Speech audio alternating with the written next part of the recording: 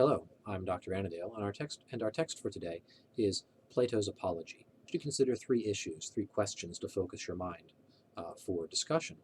The first, Socrates connects his mission, doing philosophy, questioning people philosophically. He connects it with a divine command. He says to the jury, essentially, I've been commanded to do this by the oracle of the god Apollo.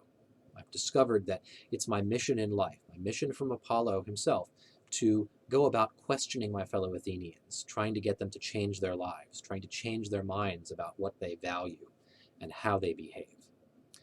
The suggestion that Plato is making here is that God, or divinity, the intelligence that governs the universe, wants us to use our minds in a certain way, and to avoid using our minds in some other way.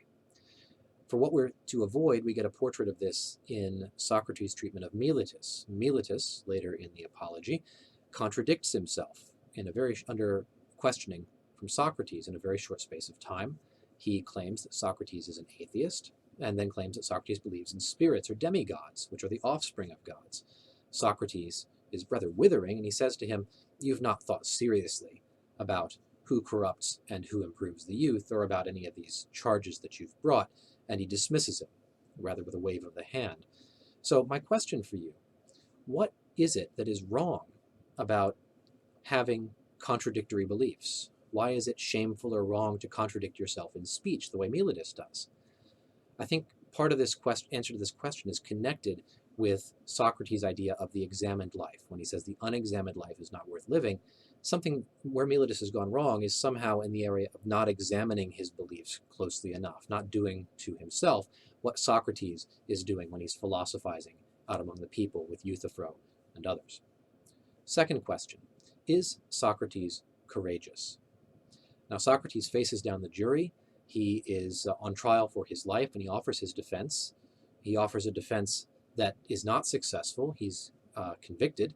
And when he has a chance to offer a punishment as an alternative to death, instead of proposing exile, as was expected, he proposes some punishment so light that he's essentially daring the jury either to execute him or let him go scot-free.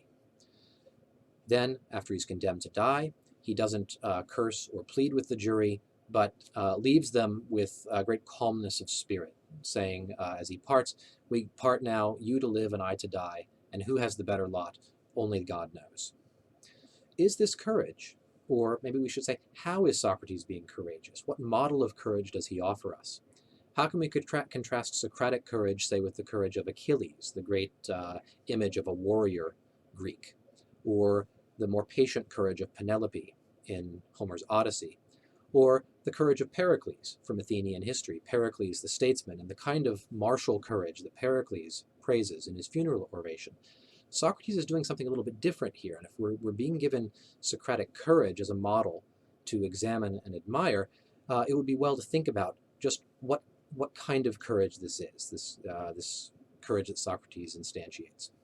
Third question. Socrates says towards the end of the dialogue that it is not possible for an evil person to harm a good person. Now, this seems obviously false. We can think of all sorts of ways in which evil people can do bad things to good people. Good people suffer at the hands of bad people all the time in our experience.